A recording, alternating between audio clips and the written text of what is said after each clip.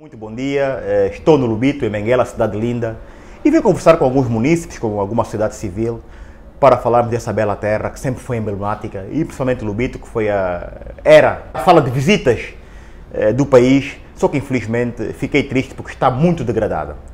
Todavia, vim falar com o senhor Joaquim Pedro Teixeira, o nome artístico Tchombe, ele que é presidente e fundador da ADAMA, que é a Associação de Defensores Amigos do Ambiente, para falarmos um bocado sobre o Lubito, sobre a sua história, o seu passado recente e também alguma conjuntura social e política do nosso país. Meu caro amigo, muito bom dia. Bom dia. Muito obrigado por ter aceitado esse nosso convite. E começo por falar aqui, como é que está o nosso Lubito?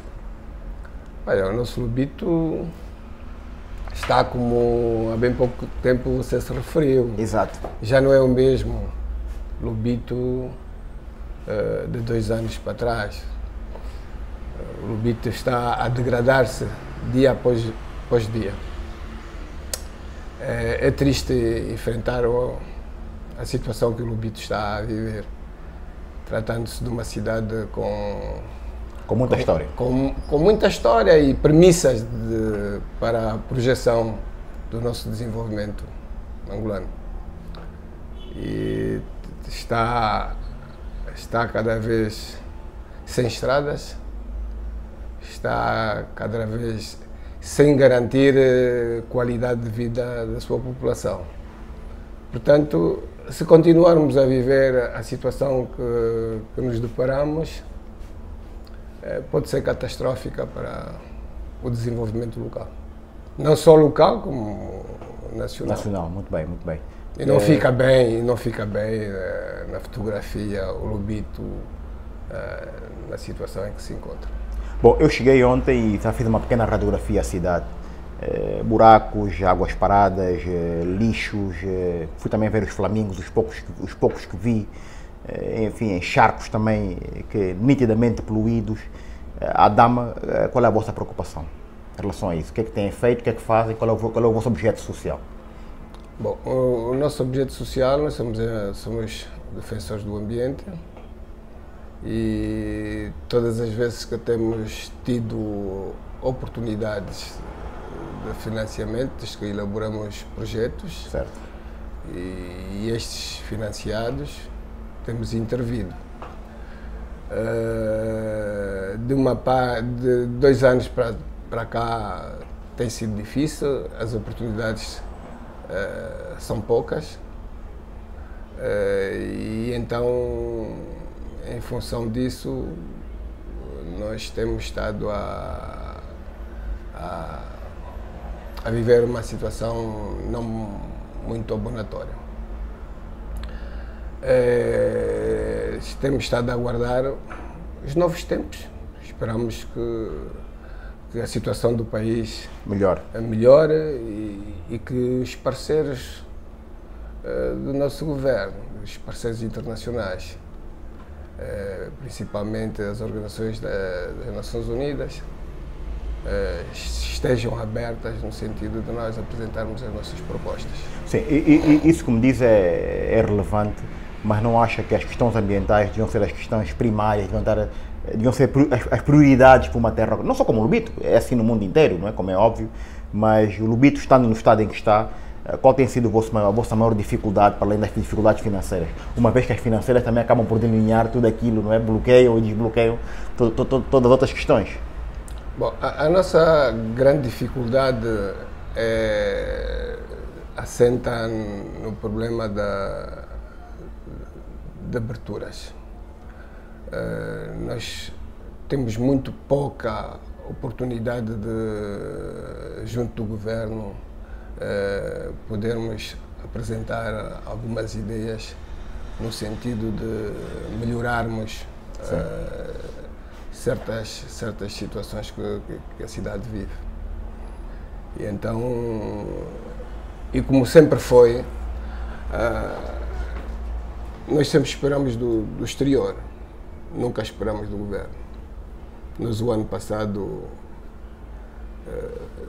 lançamos um programa junto da educação, da Direção Municipal da Educação, no sentido de criarmos uma movimentação de educação ambiental. E esta, por sua vez, não teve êxitos pelo facto de não termos encontrado um suporte financeiro. E sem finanças não se consegue fazer. Não é hipótese. Também pode haver boa vontade da nossa parte e também da outra parte, mas tem que haver um suporte. E sem esse suporte não se consegue atingir os objetivos preconizados. Foi assim que nós não conseguimos. Apresentamos cartas junto do Governo Provincial, Direção Provincial de Educação, mas não tivemos resposta plausível no sentido de implementarmos o programa de educação ambiental. Muito bem. E olhando assim para o Lubito, no estado em que está, lastimável, infelizmente, a palavra é um bocado pesada, reconheço, mas sua opinião, sua perspectiva, quais seriam os passos fundamentais a darem-se já para conseguirmos então mitigar estes problemas, quer dizer, muito preocupantes, a questão do lixo, a questão das águas paradas, por exemplo. Qual seria o vosso subsídio? Bom, o nosso subsídio é mobilizar a comunidade, a população, no sentido de revertermos o estado em que se encontra. Sim. Mas, na nossa opinião, não chega apenas a mobilização da população. É importante a mobilização da população, da comunidade lubitanga, mas é preciso que haja um respaldo da parte das instituições do Estado, no sentido de engrandecerem esta iniciativa. E como é que isso se faria? Nós não podemos fazer uma intervenção sem meios. Sempre foi assim. Não podemos fazer uma campanha sem meios. Não podemos fazer uma campanha não só em termos de meios materiais, como meios logísticos. Nós estamos num estado de emergência tão elevado como se estivéssemos numa guerra. Vassouras, máscaras... Sim, e ainda agora com a epidemia que está de Covid-19. Então há que haver uma certa resposta da parte do governo, no sentido de que as pessoas se sintam moralizadas.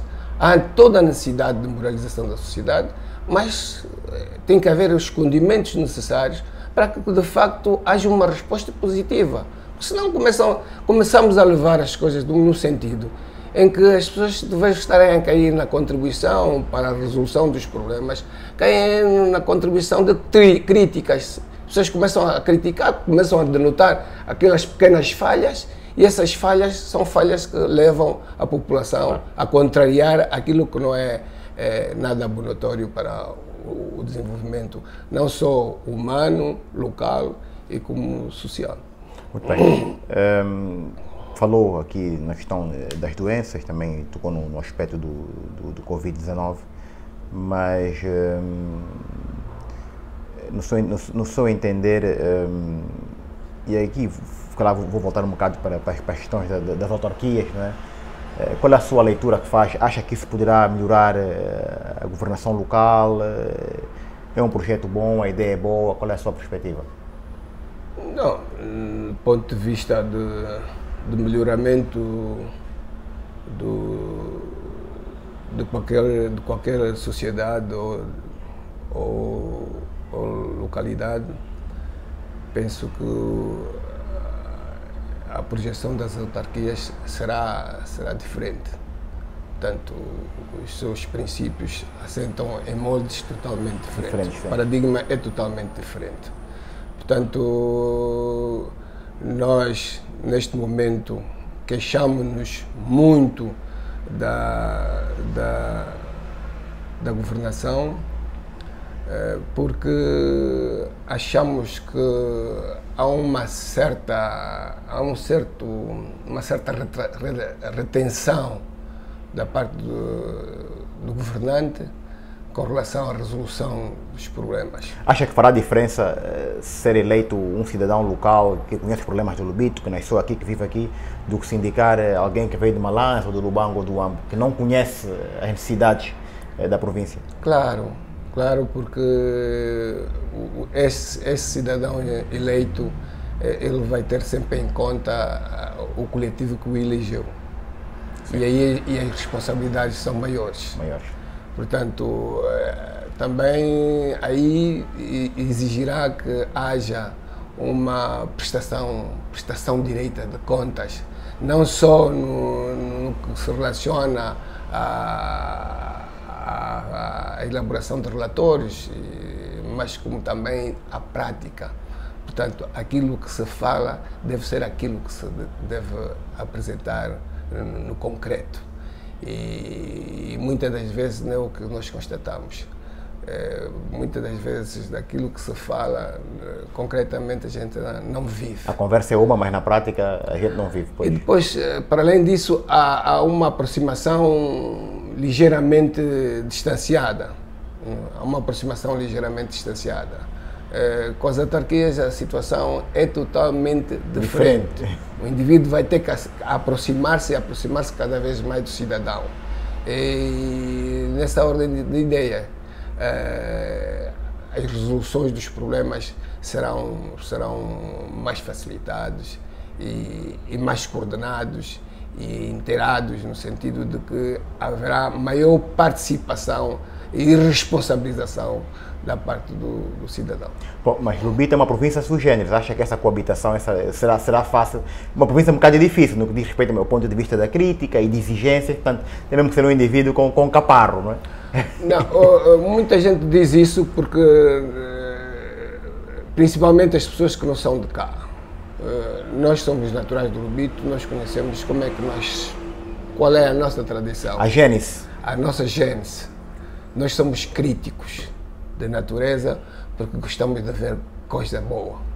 Nós gostamos de ver aquilo que é saudável para o desenvolvimento da nossa sociedade. Nós gostamos de ser pragmáticos. Por isso é que o Lubito é o que é e foi o que foi.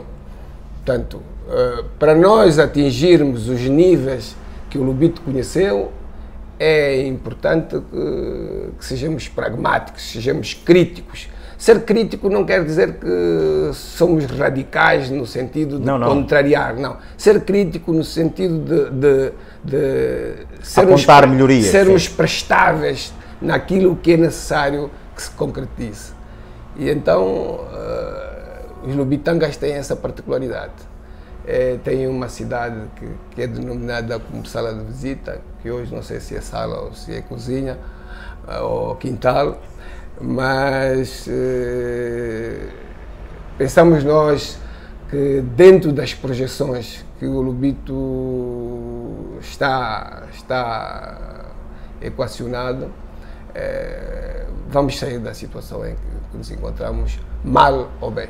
Muito bem. Agora, duas questões em simultâneo. Primeira, por que o Lubito ficou assim, num ápice? Não é?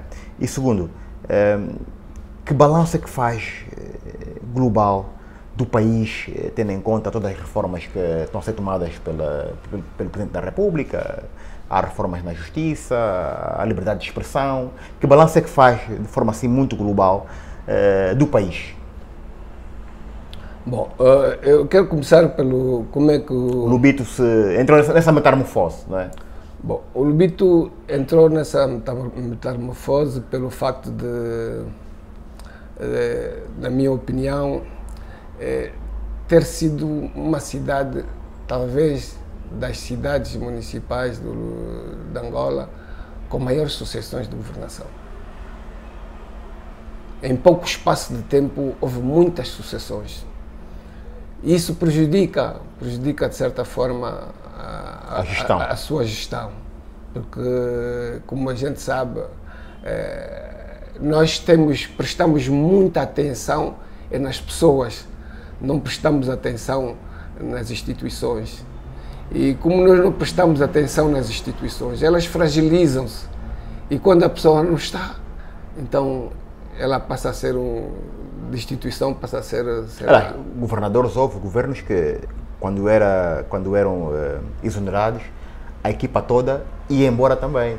E também levava os projetos. Então, quem vinha estava sempre a começar do zero. Portanto, concordo com o que está a dizer. Isso fragiliza, de certa Exatamente. forma, a governação de uma determinada localidade, que por sua vez é adicionada às fraquezas económicas, de gestão, os programas que querem ser implementados, que muitas das vezes o que mais entristece é a falta de comunicação. Comunica-se muito pouco. A comunicação é só macro. A comunicação é macro. A comunicação não dilui. Não flui, sim. Não flui as estruturas até de bairro. Portanto, isso tem prejudicado de certa forma que essa orientação superior seja distanciada do implementador, do beneficiador. Então há uma certa divergência e essas divergências por vezes são prejudicadas pela estrutura média, porque se formos ver entre a estrutura superior e a base, não há contacto. É preciso ter muita atenção com a estrutura média. Em Angola, uma das coisas que eu tenho estado a notar, se nós não controlarmos a estrutura média, vamos continuar a ter muitos problemas. Porque a orientação baixa da superestrutura vai para o meio, aqui estaciona. Aqui surgem muitas inconveniências e conveniências. E então, se não se mexer devidamente nas estruturas intermédias, a base vai ter sempre muitas dificuldades de receber, claro, e de corresponder. Agora, em função das mexidas que o país tem vivido, pensamos nós estamos num bom caminho. Porque continua a ser novidade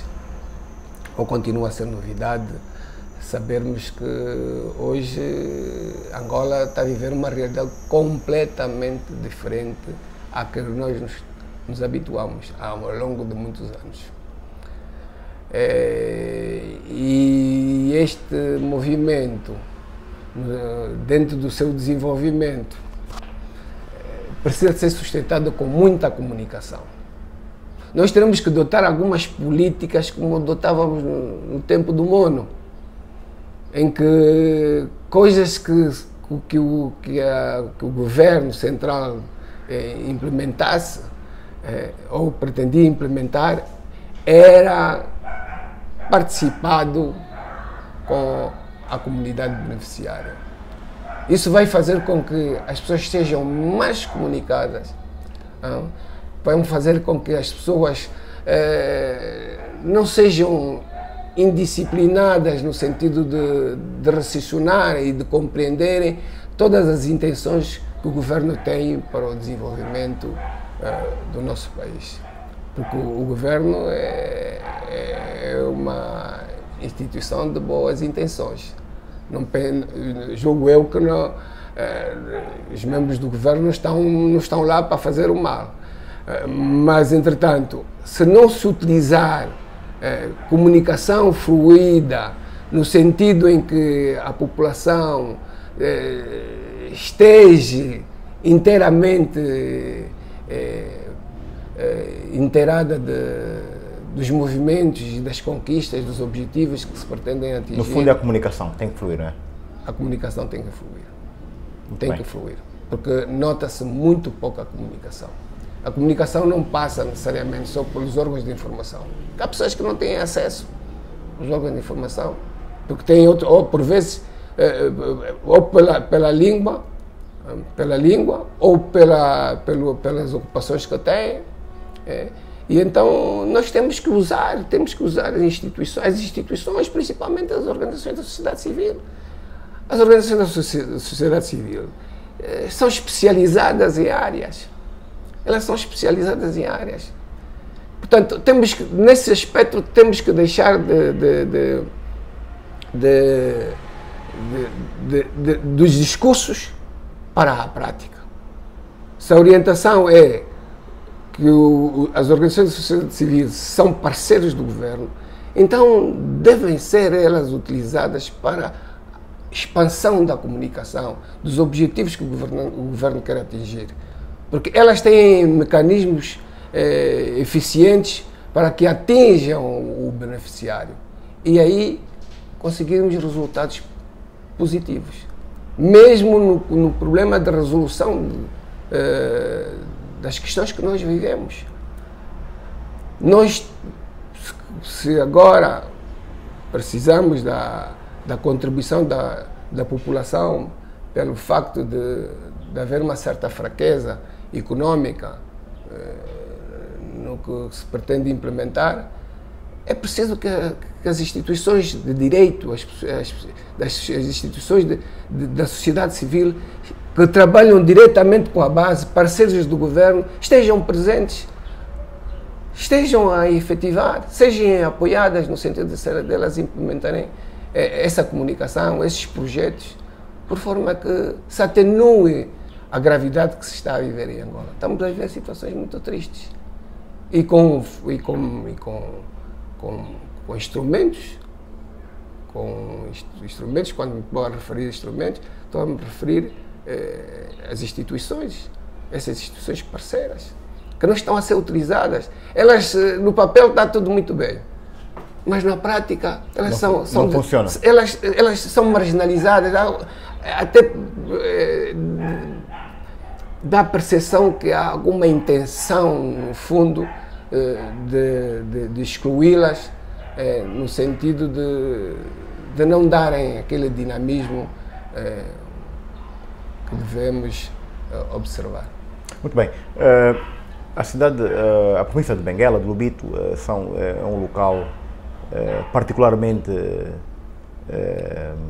com muitas potencialidades. Temos o Porto de Lubito, temos os caminhos de ferro, a agricultura, bastante água. O que é que falta fazer para isto começar a pulsar economicamente? Bom, eu penso que o impulsamento de qualquer sociedade passa por programas. E nós estamos a ver, por exemplo,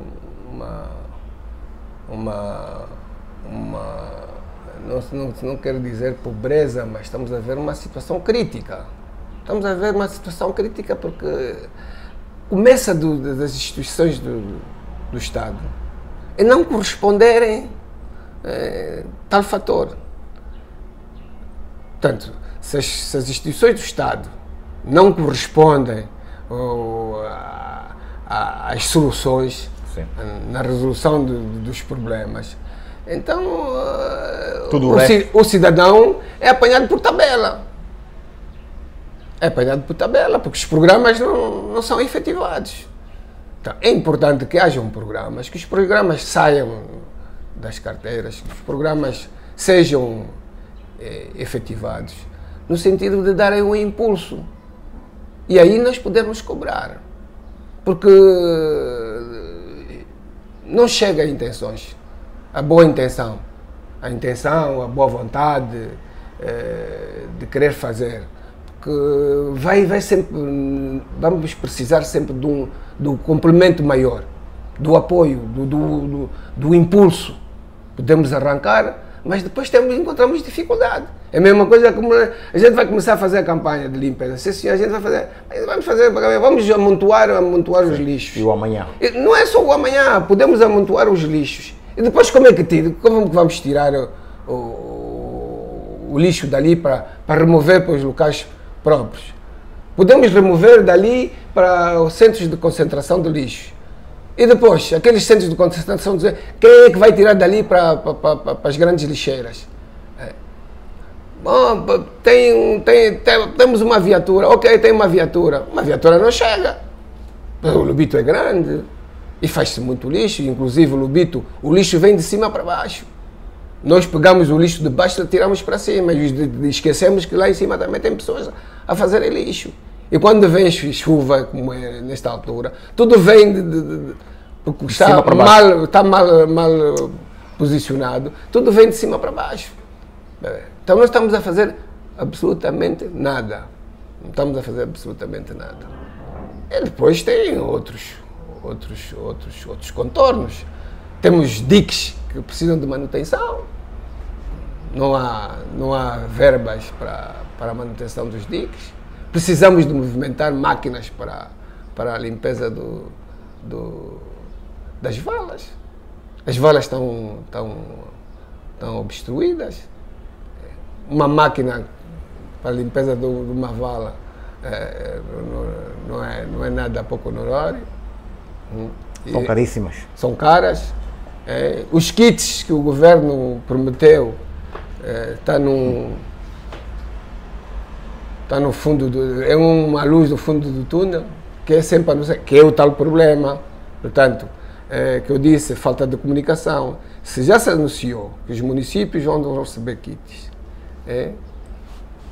então devia haver uma comunicação a baixar. Por que não, até este momento, nós não temos os kits nos municípios? Porque estamos sempre a receber comunicação, zero. Se cria uma certa manifestação. Depois tem pessoas especialistas para isso. Existem pessoas especialistas para isso que estão sempre para contrariar. Aproveitam-se destes pormenores para fomentar. Então a sociedade encontra-se numa situação... E ao fim e ao cabo acabam por ter algum terreno fértil, porque em termos práticos aquilo não está a materializar, não é? Não, é mesmo esse tipo de comportamento, porque os comportamentos devem ser práticos. E quando não é prático, então facilita a outra parte para... Que incendeiam. Que é muito incendiar para criar outro tipo de comportamento. Esses sim comunicam bem e rápido. Está tudo facilitado, não precisa de dinheiro. Para o governo precisa de dinheiro para materializar os programas. Não materializando os programas divulgados, esses aproveitam para fomentar que não presta e não sei o que, um montão de coisa. Na campanha do presidente João Lourenço prometeu fazer de Benguela, fez uma comparação com a Califórnia. Isso ficou satisfeito quando ouviu essas palavras? Bom, eu penso que não foi uma... Houve algum exagero, não? Ou acha que é execuível, é realizável? Eu penso que isso deve ser uma Fosse uma comparação, como é óbvio, né? Não é só comparação, aquilo deve ser um segredo. Um trunfo. Um trunfo que o presidente tem, que o futuro vai dizer alguma coisa. Porque eu não acredito ele ter dito porque acordou e achou que ia... Não. Eu acho que é um trunfo que ele tem e há coisas... Eu acredito. Eu não tenho comunicação com nenhum membro do governo, mas acompanho as comunicações, acompanho as vindas de estadistas, acompanho os acordos que têm sido efetivados. Acredito que há qualquer coisa que vai mudar. E, para além disso, temos essa das mudanças do corte da impunidade, né? Esse movimento que Angola está a viver, uma nova realidade. Portanto, acho que eu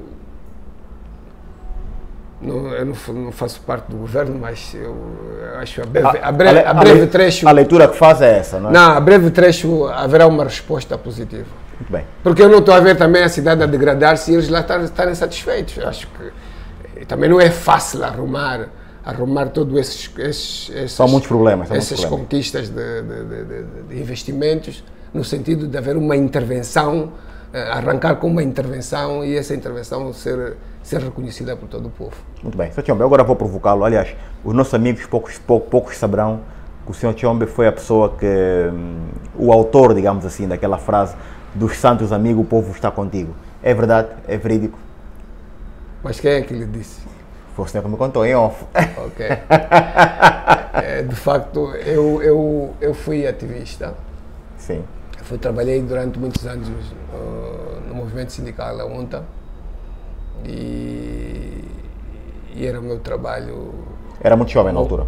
Era... sim. 28, Sim. 28, Era jovem. 28, 27 anos, em missão de serviço no Congresso da UNTA. Coincide com a ida do presidente José Eduardo dos Santos ao Acordo de Badolite. E nós na sala, eu já na sala que estava a animar a sala toda. Nós éramos indicados, fomos indicados Mas era, era um agitador de massas, sim, era o nosso trabalho. E então, na sala, fui o único que resisti. Aguentaram a leitura do relatório. Resiliência, persistência. Não é fácil. E então, camarada Galvão Branco, estavam ali a orquestrar qualquer coisa que era para a recepção do presidente José Eduardo Santos de regresso a Angola. Ele estava regressado do Acordo de Badolite. Ok, Acordo de Badolite. Ok. Estava regressado do Acordo de Badolite e então havia ali a cúpula da UNTA e alguns dirigentes militares e por aí fora estavam a acertar qual era a palavra de ordem, já tinham encontrado a palavra de ordem e que era necessário divulgar ao presidente José Eduardo Santos. Tinham encontrado a pessoa certa. A pessoa certa. E pronto, houve um intervalo, porque o presidente estava a chegar, houve um intervalo, então para irmos ao aeroporto. Foi aí onde foi orientado, olha, o Presidente da República vem, né? E é preciso lhe dizer isso. Dos Santos, amigo, o povo está contigo. Ok? Ok. Então fomos para o aeroporto, à espera do Presidente. Isso custou-me muita porrada. Por quê? Por causa da segurança. A segurança, a guarda presidencial. Porque, pronto, eu tinha um megafone na mão, os meus colegas estavam a mim atrás e eu... Começou?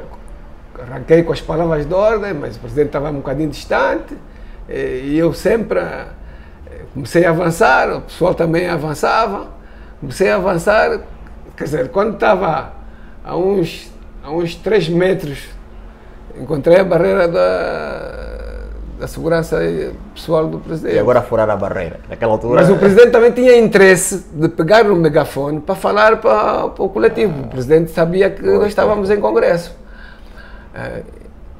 Mas enquanto ele não mostrou, não fez o gesto de receber o megafone, eu aqui apanhava com cada cotovelada que você não imagina. E eu sempre a insistir. Insisti, ele parou, pronto, eles deixaram a brecha, eu encostei e entreguei-lhe o megafone. Então, ele falou para os meus colegas, disse algumas palavras importantes do contexto e pronto. Só sei dizer é que eu saí dali a apoteose. Levantaram-me no ar, eu andei todo o aeroporto, né?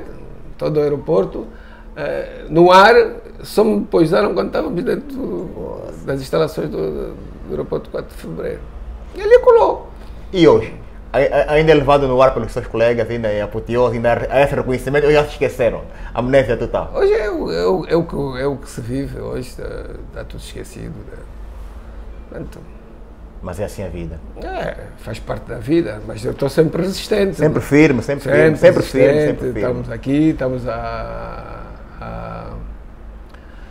granjear que Angola mude, porque estamos a ficar mais velhos, estamos a envelhecer e acreditando que Angola será, por vontade própria, trincheira firme da revolução. Muito bem, dá para terminar. E a juventude? O emprego pensa a juventude? Como é que está o Lobito? O que é que esses jovens fazem? Ocupam-se de quê? Fazem o quê? Vivem como? Bom, é verdade que a situação que nós estamos a viver está a fazer com que a juventude se adapte. Cada um segundo as suas capacidades, as suas faculdades. E... Tem relatos de alguns que estão a sair, ir embora para outros pontos, para Luanda, para fora? Não, isso sempre foi. Sempre foi assim, né? Sempre foi. Até nos momentos mais críticos, sempre foi. Luanda foi sempre o celeiro dos recursos para a manutenção do pessoal. Se nós vermos, por exemplo, as zungueiras, produtos industriais, e os meninos de rua que zungam, eles recorrem a Luanda, porque o mercado de Luanda é maior e, para além de maior, tem uma diversificação não só de mercadoria, mas como de assuntos, quer assuntos positivos como negativos, que levam com que as pessoas consigam mercadorias do preço mais barato e fazem sim, aqui as suas vidas, sim. De forma a sobreviverem. E o mais positivo no meio disso tudo é que, pronto, não tem havido grandes problemas em termos de bandidagem. Não temos assim grandes índices de bandidagem. E pronto. Achamos que os novos tempos que se esperam poderão ultrapassar. Já tivemos aqui a novidade de ter encostado um navio chinês com material para a construção da refinaria.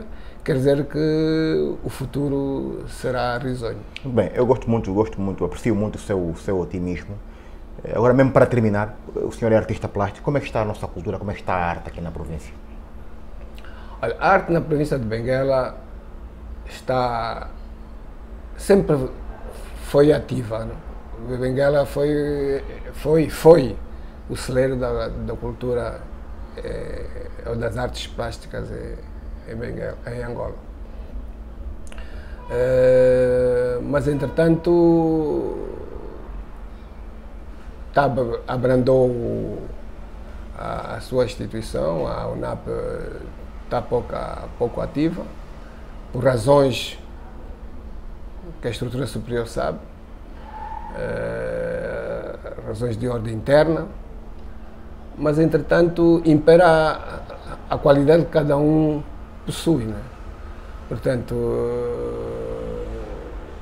resistem aqueles que têm qualidade no seu produto. E temos sobrevivido assim.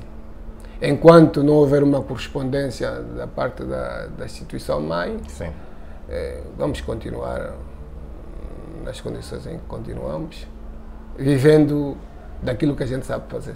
E essa passagem de testemunho está a ser bem feita, está em nova geração também com muito talento, com muita... Sim, com profissionalismo.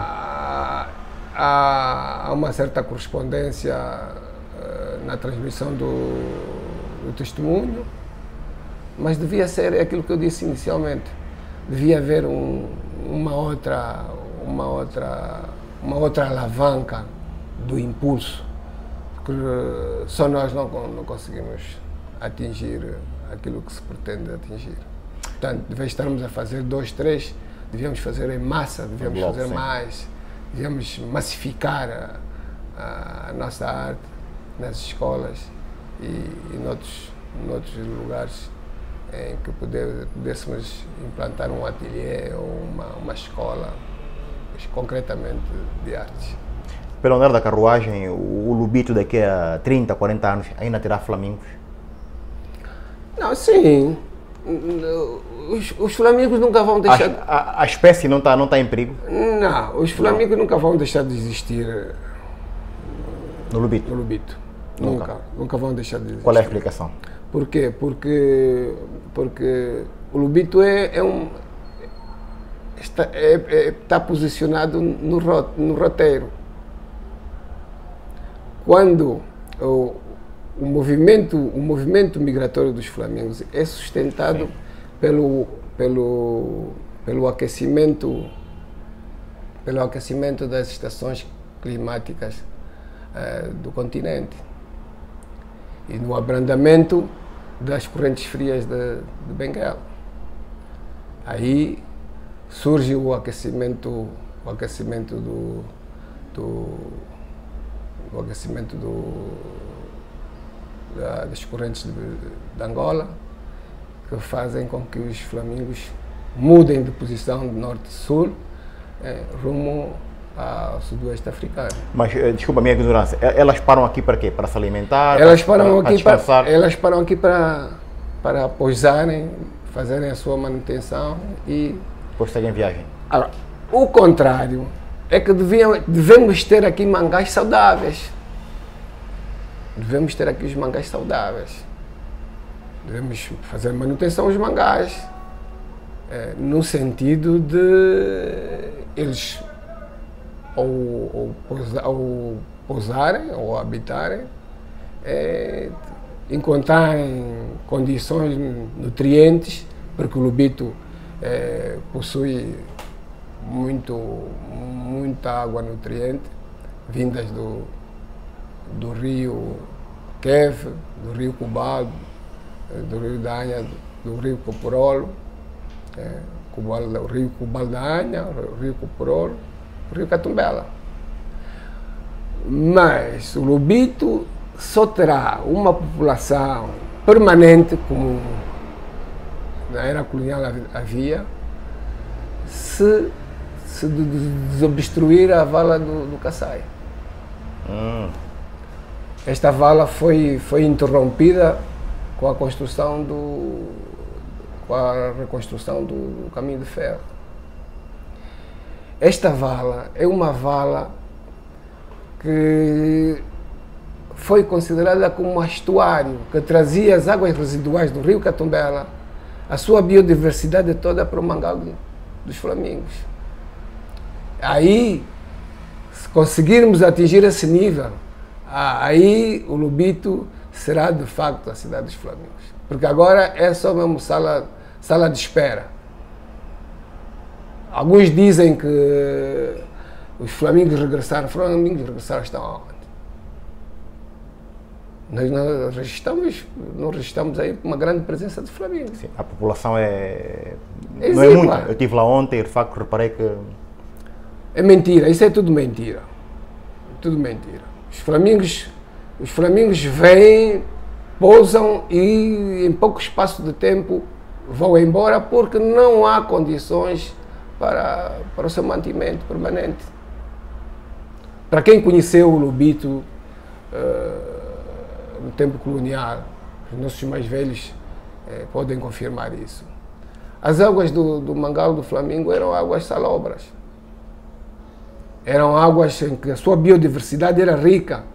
A espécie, a vicênia, que é o tal mangue, as plantas que eram de grande abundância no mangal do Flamingo, eram frondosas, inclusive tinham um nicho invejável. Hoje não se registra isso. Falta de quê? Falta da presença de água doce. A água que invade para o mangal é água do mar. Não há aquela fusão da água vinda do rio e a água do mar. E isso é que faz com que a biodiversidade dos mangais do lubito não tenham a capacidade de ter flamingos permanentes aqui na cidade. O lubito tinha população permanente. De flamingos? Permanentemente, mas centenas e centenas de flamingos. Hoje a gente não tem, a gente tem uma presença de flamingos, porque por vezes até sai um grupo de flamingos que está de passagem. Nós não temos bem isso programado, porque ultimamente não temos beneficiado de projetos. Porque a intenção era montar um ponto de referência em que detínhamos todo o movimento e podíamos ter dados de contagem e como as estações em que eles estão a emigrar, a presença e etc. É uma pena. Faz-se o uso dos nomes para condomínios, para prédios, mangais, flamingos, mas depois não se preserva a sua manutenção. Não é? Isso é o mais triste. É o mais triste, porque nós não podemos pensar só no betão. O que se pensa hoje é no betão. E pensa-se muito no betão. É aquela história que eu estava a contar há pouco tempo. Não há uma certa correspondência dos programas. As pessoas estão ávidas de resolverem os seus problemas, porque não têm habitação. Então, vão atrás, vão atrás do prejuízo e resolvem eles os seus problemas. Se houvessem programas habitacionais, como por exemplo agora eu ouvi que vai haver 3 programas, um para Cunene, Bengo, Cabinda ou qualquer coisa assim. Isso devia ser uma coisa permanente. Aí está o problema das autarquias, em que os governos locais têm políticas concretas para as soluções. Senão, qualquer dia vai ser uma tragédia. Muito bom, amigo Kiombe. Foi um grande prazer. Estamos juntos. Aprendi muito, gostei muito. E esta será a primeira de muitas conversas. Obrigado. Uma aula aqui magna sobre o nosso Lubito. Obrigado. Os nossos amigos certamente ficaram melhor esclarecidos sobre o Lubito, a sua história e também sobre Angola, pelos subsídios que nos deu aqui. Nós desejamos boa sorte para a sua ação social, preocupação com o meio ambiente, que é muito importante, porque o ambiente é tudo, não é? Nós somos um ambiente. Aliás, agora o coronavírus é um bom exemplo. Né? Começou na China, mas olha, já está aqui no nosso continente. Né? Portanto, toda a força, toda a coragem, e nós vamos apoiar naquilo que for preciso. Em relação à arte plástica, deve continuar, porque um povo sem arte, um povo sem cultura não tem nada, não é? É isso. Então, as melhores venturas para si, as melhores sortes, sim? Obrigado e desejo o mesmo para si. Tá, muito obrigado. Até a próxima. Obrigado, até a próxima. próxima. Muito obrigado. Obrigado. Pronto, termina assim o programa logo. Nós voltaremos na próxima semana com outro assunto, com outro tema e também com outro convidado. Por hoje é tudo a partir do Lubito. Então, um abraço e cumprimento. Até a próxima. Bom dia.